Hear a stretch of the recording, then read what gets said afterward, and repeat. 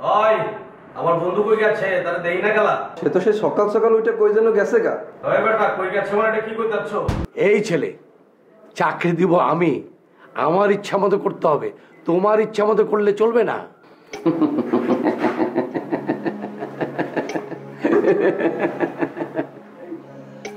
আমি চাকরিটা করছি না। প্রিয়জন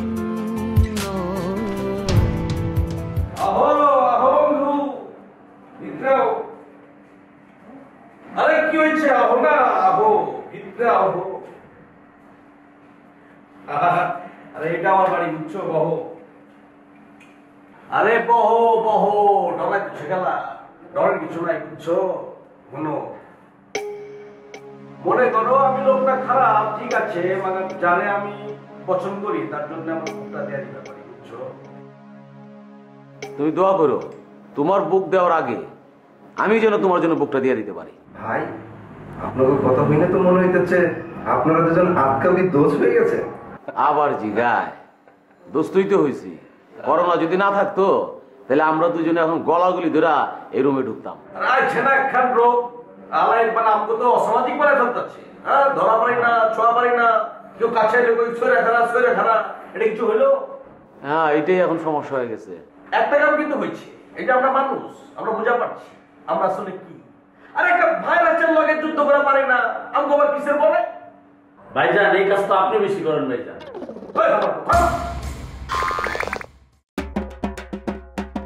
দিচ্ছে একেবারে ইজ্জতের ফল দাও না দিচ্ছে।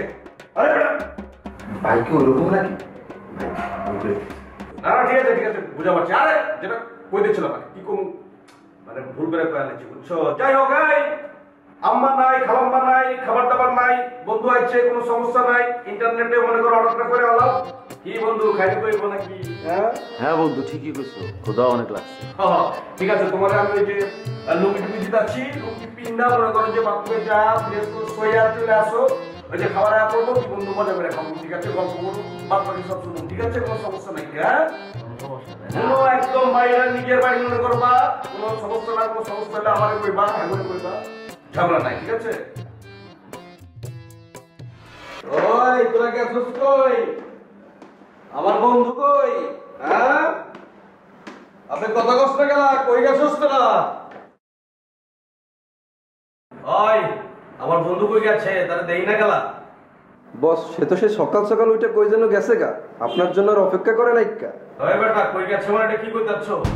কালকে আসছে হামলার শিকার হইছে, আজকে আবার বাইরে গেছে গা, আমরা কিছু কই নাই। এখন যদি আবার হামলার শিকার হয়, তোরা কিছু কষ্ট গেলা? ভাই আমরা রিকোয়েস্ট করছি ভাই, আমার কথা শুনে নাকি ভাই। অন্য না গেলা? ভাই আপনার মতো দেওয়ানা মানুষ আছে আর কি। ওই মামদা বয়, তুই কি আমাদের মাস্কারা করস? না ভাই। একদম ঠাড়া দিমু, একদম চুপার ভাড়া দিমু, একদম বুঝছস? ভাই ঠিক আছে।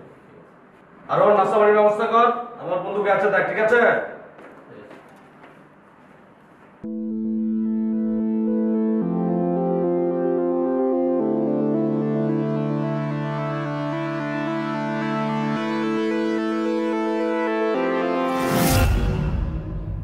তুমি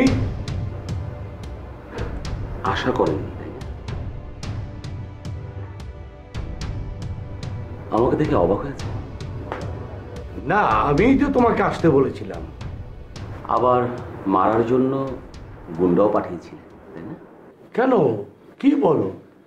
আমি তোমাকে মারতে যাব কেন? তুমি তো আমার সন্তানের মতো। সন্তানের মতো না?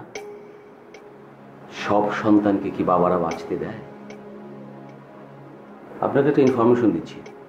আমি এখানে আসার আগে থানায় গিয়েছিলাম, সেখানে ইনফর্ম করেছি আমি যদি এখান থেকে না ফিরি তাহলে তারা ধরে নেবে তাহের চৌধুরী আমাকে হত্যা করেছে। শোনো, তাহের চৌধুরী জানে কি করে কি করতে হয়, এগুলি সামাল দিতে হয়। আমি কিন্তু বিষয়টা মিডিয়াতেও ইনফর্ম করেছি।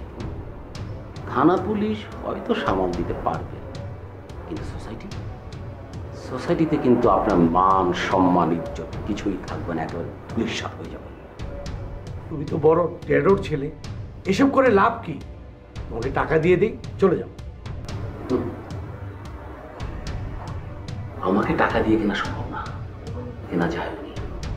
ঠিকই বলেছে, কিছু কিছু মানুষের সেন্টিমেন্ট থাকে ভালো, আমি তাদের নিরসিত করি না। তোমার ডিসিশনটা ওয়াইজ হতো। ওকে, তোমার সিভিটা দাও।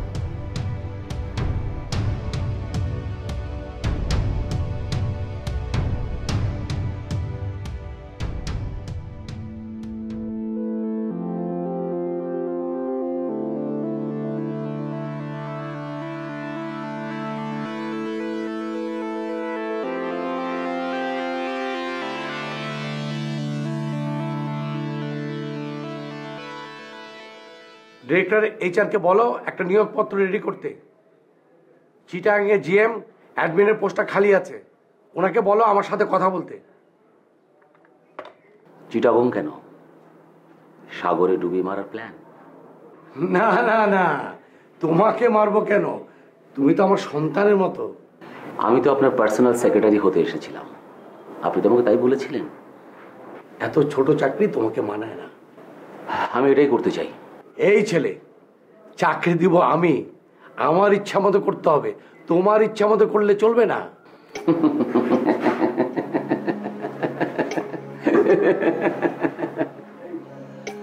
আমি চাকরিটা করছি না। ওকে, ফাইন, গুড বাই।